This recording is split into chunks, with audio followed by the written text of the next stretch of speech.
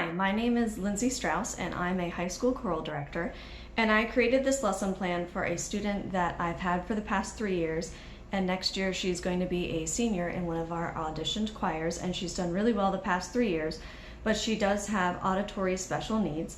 She has difficulty with internal rhythm and tends to speed up and go faster than the rest of the choir, because as soon as she starts singing, she has difficulty listening around her and singing along with the rest of the choir.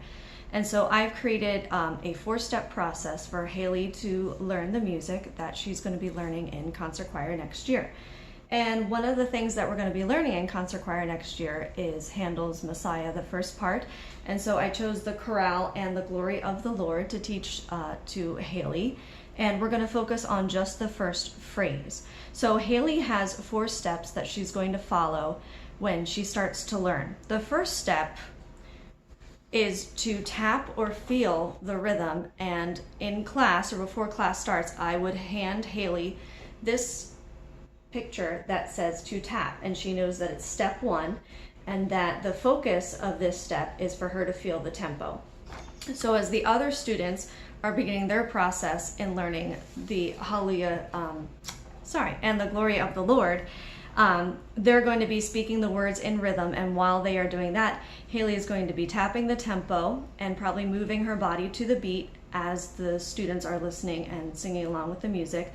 Another thing that she can do in this step is, because this particular piece is in 3/4, I would have her tap 3 on her fingers and go, and the glory of the Lord, so that she could feel that the meter is 3/4 and get that internal rhythm going.